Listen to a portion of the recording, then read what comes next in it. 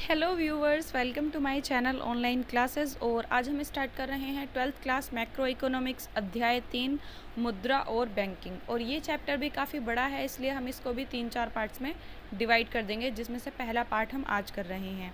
इसमें हम पढ़ेंगे पहले मुद्रा के बारे में कि मुद्रा क्या है, और उसके बाद हम पढ़ेंगे मुद्रा के कार्य। ठीक है, तो मुद्रा होती है, मुद्रा कोई भी चीज़ हो सकती है जिससे हम लेन देन आसान कर सकें। जैसे कि पैसे, वो रुपए हो सकते हैं, वो डॉलर हो सकते हैं, सेंट हो सकते हैं, कुछ भी हो सकते हैं। जिससे हमारा लेन देन आसान हो रहा है वो मुद्रा है। मतलब ये वह कोई भी चीज़ जो विनिमय का साधन बन सके, मध्यवर्ती साधन बन सके, ठीक है, बीच का एक ऐसा साधन बन सके जो आपके लेन देन को आसान कर रही है, आपको सुविधा पहुंचा रही है, वो मुद्रा है। चाहे वो सिक्के हो सकते हैं, नोट हो सकते हैं, या कोई भी करेंसी हो सकती है। ओके, मुद्रा विनिमय का एक सर्वमान्य माध्यम है। मतलब विनिमय मतलब होता है एक्सचेंज। कोई भी चीज़ अगर हम एक्सचेंज करना चाहते हैं तो उसका सबसे जो अच्छा माध्यम है या तरीका है वो मुद्रा है। क्योंकि हम एक ऐसी अर्थव्यवस्था में रहते हैं जहाँ पे बहुत सारे व्यक्ति रहते हैं, और जब बहुत सारे व्यक्ति रहते हैं तो सबकी ज़रूरतें भी अलग अलग होती हैं, और उनको बहुत सारी चीज़ों को दूसरों को देने की ज़रूरत पड़ती है, और उनसे बहुत सारी चीज़ें खरीदने की ज़रूरत पड़ती है। अगर वस्तु विनिमय चलता रहता तो ऐसा होता कि अगर किसी व्यक्ति को जूते बेचने हैं, लेकिन उसके ज़रूरत गेहूं की है, वो जूते बेचना चाहता है लेकिन गेहूं खरीदना चाहता है, तो उसको एक ऐसे व्यक्ति की तलाश करनी पड़ेगी जिसको गेहूं खरीदना हो, गेहूं बेचना हो और जूते खरीदने हों। ठीक है, वह जो वस्तु बेचना चाहता है उसे एक ऐसे व्यक्ति की तलाश करनी पड़ेगी जो उसकी वस्तु को खरीदना भी चाहता हो और प्लस उसको वही चीज़ बेचना चाहता हो जो वह खरीदना चाहता है। तो ऐसे व्यक्ति की तलाश बहुत ही ज़्यादा मुश्किल हो जाएगी।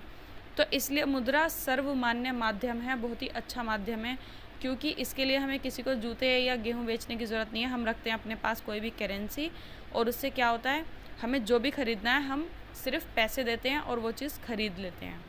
हम सिर्फ अपने पास पैसे रखते हैं, मतलब हम जो भी मेहनत करते हैं या कमाते हैं उसके बदले हमें गेहूँ, चावल, आटा कोई चीज़ नहीं मिलती है। क्या मिलता है, हमें पैसे मिलते हैं, क्योंकि सब चीज़ों के बदले पैसे मिलते हैं। तो ये जो है विनिमय का एक बहुत ही अच्छा माध्यम हो गई।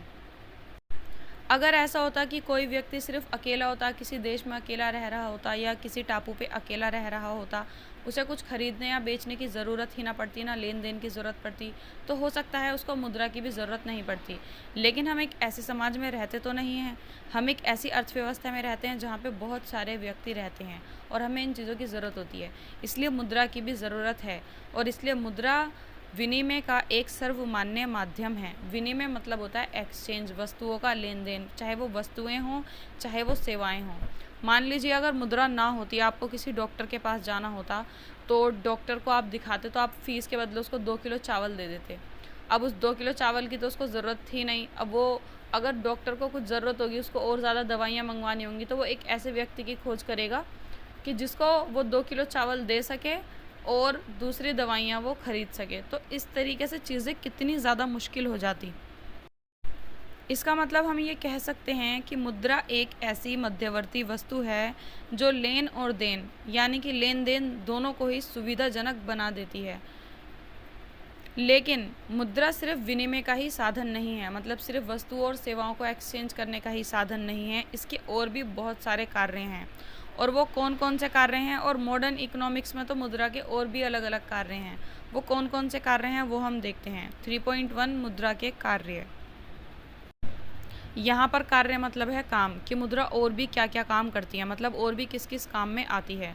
तो देखो, मुद्रा का पहला काम तो यही है कि वो विनिमय का साधन है, एक्सचेंज करने का साधन है। दूसरा, मुद्रा से सभी वस्तुओं और सेवाओं का मौद्रिक मूल्य भी पता चलता है। मौद्रिक मूल्य जैसे कि आप शॉप पे जाते हैं, आपको पता चलता है कि कोई भी हैंड वॉश हम खरीदते हैं तो वो 500 रुपये की है।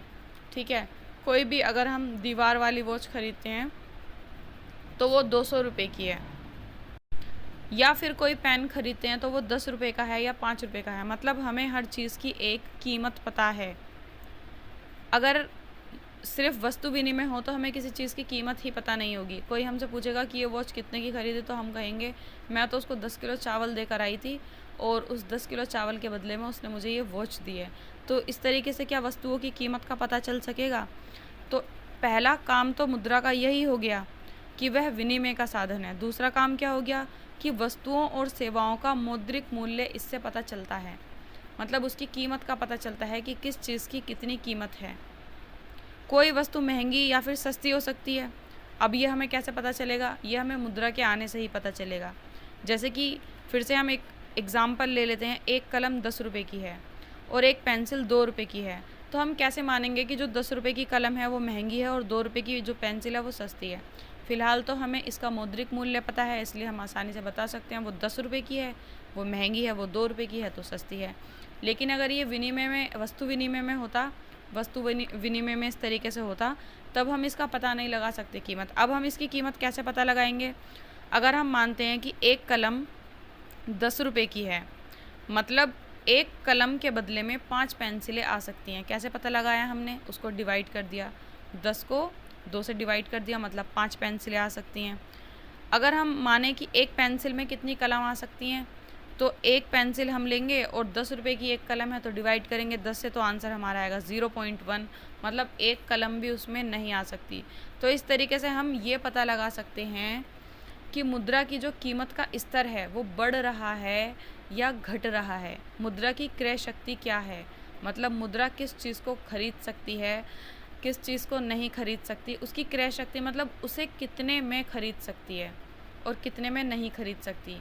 तो इससे मुद्रा की जो वृद्धि हो रही है या कीमत घट रही है, मुद्रा की क्रय शक्ति में जो ह्रास हो रहा है, ह्रास मतलब डेप्रिसिएशन, वो जो घट रही है, इन सारी चीज़ों का भी पता चलता है। और आजकल के ज़माने में अगर हम मॉडर्न अर्थव्यवस्था में अगर हम देखें तो हम देखेंगे कि आज के टाइम का जो लेन देन है वो सिर्फ हाथों से ही नहीं होता। ठीक है, सिर्फ हाथों में ही, मतलब मुद्रा हमारे हाथों में नहीं रहती, मुद्रा भी डिजिटल हो गई है। जैसे कि पेटीएम, एटीएम, बैंक और भी बहुत सारे ऑप्शंस हैं और ये बढ़ते ही जा रहे हैं। तो यहाँ पे मुद्रा के कार्यों में आप 3 कार्य बता सकते हैं। जैसे कि पहला कार्य है कि यह विनिमय का साधन है। दूसरा कार्य, इससे वस्तुओं की कीमत पता चलती है और इससे ये पता चलता है कि मुद्रा की क्रय शक्ति कितनी है। इसके बाद हम आते हैं वस्तु विनिमय प्रणाली की खामियां, उसकी कमी। तो देखिए, वस्तु विनिमय प्रणाली एक ऐसी प्रणाली होती है जिसमें मुद्रा की जगह वस्तुओं का आदान प्रदान होता है। जैसे कि मैंने अभी पहले भी बताया था कि अगर किसी को अपने जूते बेचने हैं और चावल खरीदने हैं उसकी जगह, तो उसको एक ऐसे व्यक्ति की तलाश करनी पड़ेगी जिसको जूते खरीदने हों और चावल बेचने हों। ये होती है वस्तु विनिमय प्रणाली। जो मुद्रा आने से पहले यही प्रणाली चलती थी।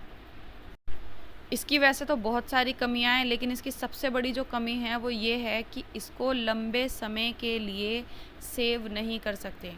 मतलब ये, जैसे कि मान लीजिए हमारे पास बहुत सारे चावल, गेहूं या आटा ये सब है, तो हम इसको कितने सालों के लिए सेव कर सकते हैं? ज़्यादा 1 साल, 2 साल या 3 साल। उसके बाद इसमें कीड़े पड़ जाएंगे, ये ख़राब हो जाएगा, ये एक विनाश वाली वस्तु है, इसका विनाश हो जाएगा। लेकिन अगर हम इसको बेच दें, अब इसके जो साधन है वो इसको मुद्रा में बदल दें, ठीक है, हमने मुद्रा इसके बदले में ले ली, तो मुद्रा को हम कई सालों के लिए सेव करके रख सकते हैं। इनफैक्ट आने वाली पीढ़ियों के लिए भी सेव करके रख सकते हैं। और उसके बदले हम बहुत कुछ खरीद सकते हैं, जैसे कि घर खरीद सकते हैं, जगह खरीद सकते हैं, ऐसी चीज़ें खरीद सकते हैं जिनको हम और भी बहुत सालों के लिए सेव करके रख सकते हैं। तो मुद्रा का एक और कार्य यहाँ पे हमें पता चलता है, क्या पता चलता है कि मुद्रा का मूल्य संचय का काम करती है। मुद्रा मूल्य संचय का काम करती है, मतलब मूल्य को संचय कर देती है, पैसों को सेव कर देती है। संचय मतलब होता है एक जगह इकट्ठा करना, जबकि हम किसी भी वस्तु को या किसी भी सेवा को इकट्ठा करके नहीं रख सकते, लेकिन मुद्रा को जो है इकट्ठा करके रख सकते हैं, उसको मूल्य में परिवर्तित कर सकते हैं। पहले उसको हम मूल्य में बदल देंगे और फिर उसको हम सेव करके रख सकते हैं, वो भी अनलिमिटेड टाइम तक के लिए। एक ऐसे टाइम तक के लिए हम उसको सेव करके रख सकते हैं जब तक हम उसको खुद से खर्च ना करें। तो अब मुद्रा के आपके यहाँ पे 4 कार्य हो गए हैं। पहला कार्य कि ये विनिमय का साधन है। दूसरा कार्य, यह वस्तुओं की कीमत का पता चल जाता है इससे। तीसरा कार्य, इससे मुद्रा की जो क्रय शक्ति है उसका पता चलता है। और चौथा कार्य है इसका कि इसका हम मूल्य संचय कर सकते हैं। इसके बाद हम नेक्स्ट टॉपिक नेक्स्ट वीडियो में पढ़ेंगे मुद्रा की मांग और मुद्रा की पूर्ति के साथ, कि मुद्रा की मांग क्या है और मुद्रा की पूर्ति क्या है, ये हम नेक्स्ट वीडियो में पढ़ेंगे। वीडियो अच्छा लगा हो तो वीडियो को लाइक करें, चैनल को सब्सक्राइब करें। मिलते हैं नेक्स्ट वीडियो में। Bye guys.